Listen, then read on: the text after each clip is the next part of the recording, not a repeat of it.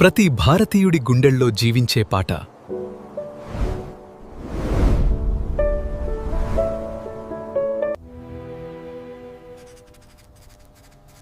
But have you ever wondered how it all began? అసలు ఇదంతా ఎలా మొదలైందో మీరు ఎప్పుడైనా ఆలోచించారా?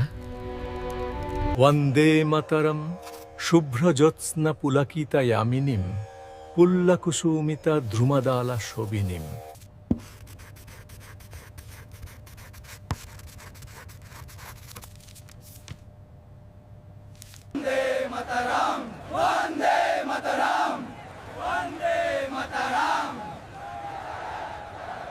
స్వతంత్రం నా హక్కు.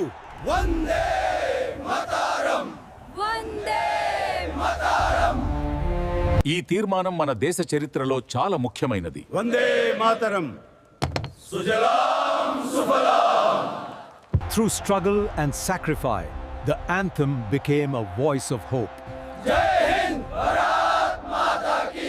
మన దేశ భవిష్యత్తుకు కలకత్తాలో జరుగుతున్న ఈ సమావేశం చాలా కీలకం. మనమందరం ఐక్యంగా నిలబడాలి. అప్పుడే మన జాతి పురోగమిస్తుంది. 150 సంవత్సరాల క్రితం ప్రారంభమైన ఈ గీతం దేశం మొత్తాన్ని ఒకే తాటిపైకి తెచ్చింది. స్వరాజ్యం మా జన్మ హక్కు మరియు మేము దానిని సాధించి తీరుతాము. ఐక్యతతో ముందుకు వెళ్దాం. From north to south, east to west, it united hearts. It's a feeling that never fades. 150 సంవత్సరాలుగా మరియు ఎప్పటికీ గీతాన్ని గౌరవించండి, దేశాన్ని గౌరవించండి. ఇది కేవలం సమయం కాదు, ఇది ఒక దేశం యొక్క ఆత్మ. ఈ గీతం వినగానే మనసు గర్వంతో నిండిపోదా. Vande Mataram.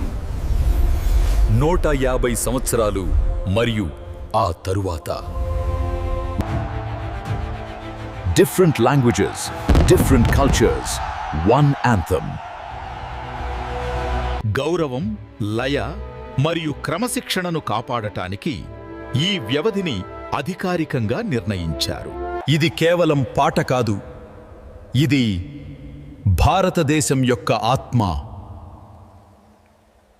This is our past, our present, our future. ప్రతి భారతీయుడి గుండెలోనూ మన త్రివర్ణ పతాకం సగర్వంగా రెపరెపలాడుతోంది. భాషలు వేరు, సంస్కృతులు వేరు, కానీ మన గీతం ఒక్కటే. The voices changed, but the spirit remained. జై హింద్. ప్రతి చెమట చుక్కలో భారత్ జీవిస్తుంది. గతం నుండి వర్తమానం వరకు ఇది ప్రతి భారతీయుడిలో జీవిస్తుంది. భరత మాతకి జై. మన చరిత్రను నిలబెడదాము భవితరాలకు. మన దేశం మన గర్వం. జై హింద్. 150 ఏళ్ల గౌరవం, మన గీతం, మన గర్వం.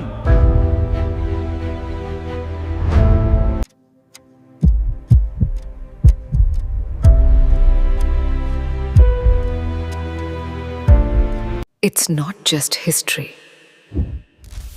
ఇది మన గుండె చప్పుడు.